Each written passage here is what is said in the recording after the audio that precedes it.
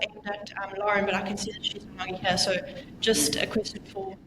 Oh, she is. Sorry, I didn't see you. You Sorry. can ask more if you want. Okay, so yeah, just for everyone. But how you were saying that you don't really, you kind of put a boundary line when you're working with friends and family.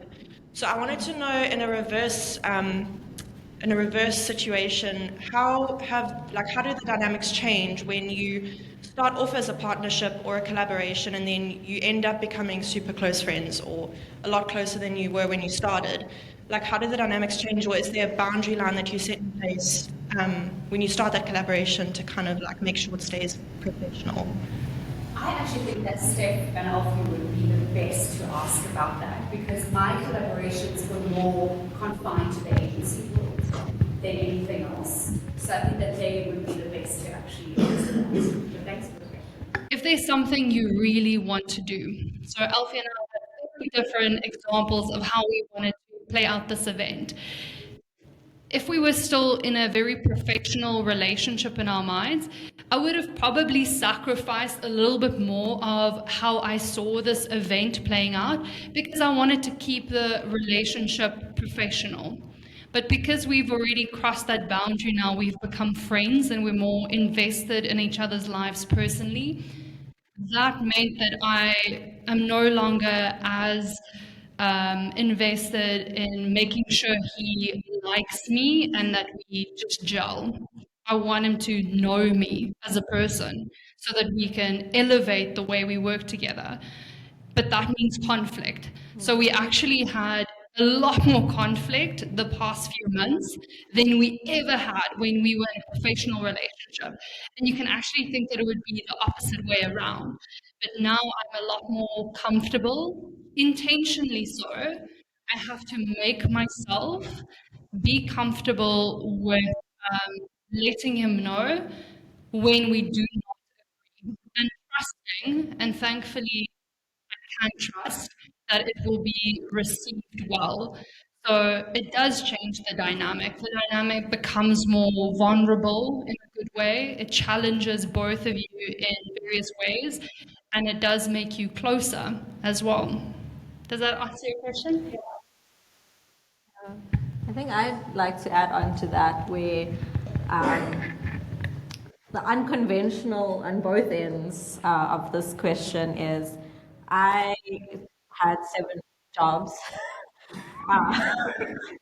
We fight for all of them. I leave. I don't get left. And the biggest thing that came out for me was that I'm someone, it may not seem that way, but I'm someone that has great love and passion, especially for what I do. It's something very important to me. And I only want to work with people that share that. And unfortunately, you don't get to choose who you work with in employment environments. So that's why I have my own business, is because I also not just wanted to be friends with the people I worked with, I wanted to love them and I wanted to be in an environment of love. And it's usually not the language used when talking about business or talking about the people you work with.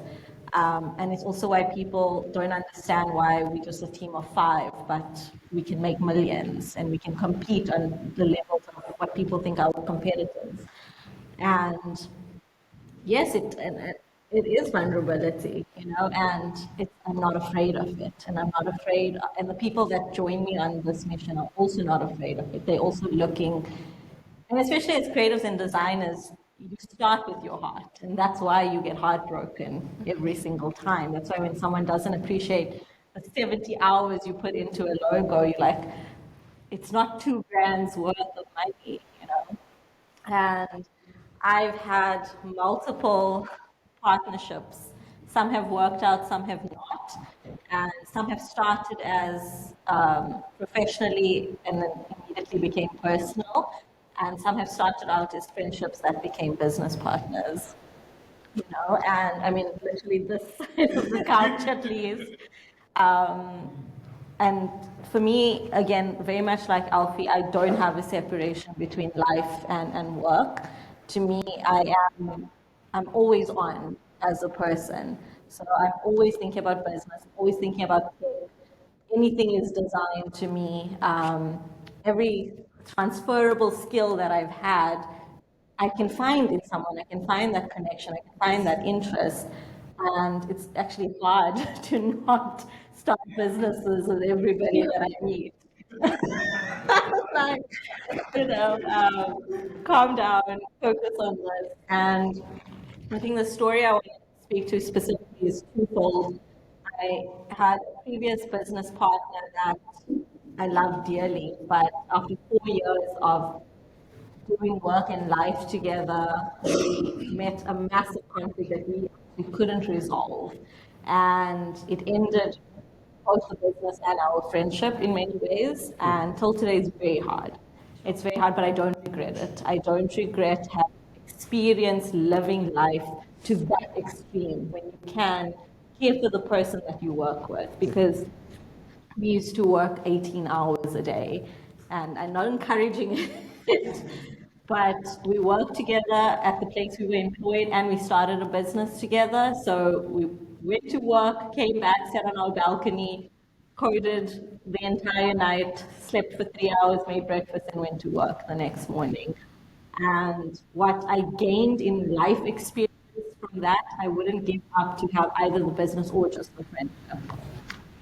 Conversely, I met a student, like I was doing my honors, and there was a second year student on campus, and we met at a She Can Do event. And I just happened to sit at that table, and there were a bunch of developers at a design event. And I was like, I know my people. And, they came up to me, and they, like 2 weeks later, and wanted to know how to cost for a project, because I had a business at the time. And I was like, cool, I've got projects I can give you, and I'll teach you how to charge on that. And that was back in 2018.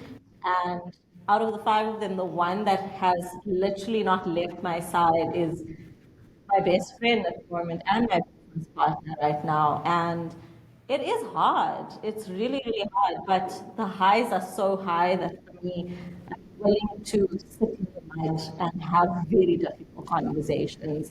And I've brought that vulnerability into the workspace where every single week we talk about feelings. I want to know how someone's felt, what hasn't worked for them, and for them to say it to each other's face. Because I realized that everywhere I worked before, the minute people start talking about someone instead of talking to them, you know that the culture is broken. And you need some level of friendship to be able to sit with someone who is paying your salary and say, I resent you. I resent what you've done. You didn't take this into account. But again, they have that much of information.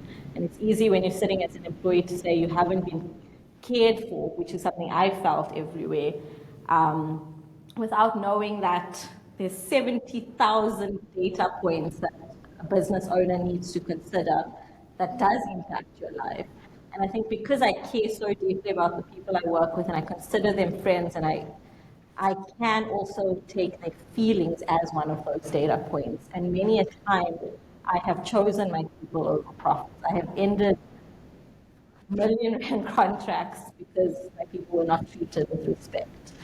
And I think that is my superpower, at least. And it's something that I'm very happy to sit with in the pain, because the joy is so good for me in that space. So it really depends on what you want to experience, I would say.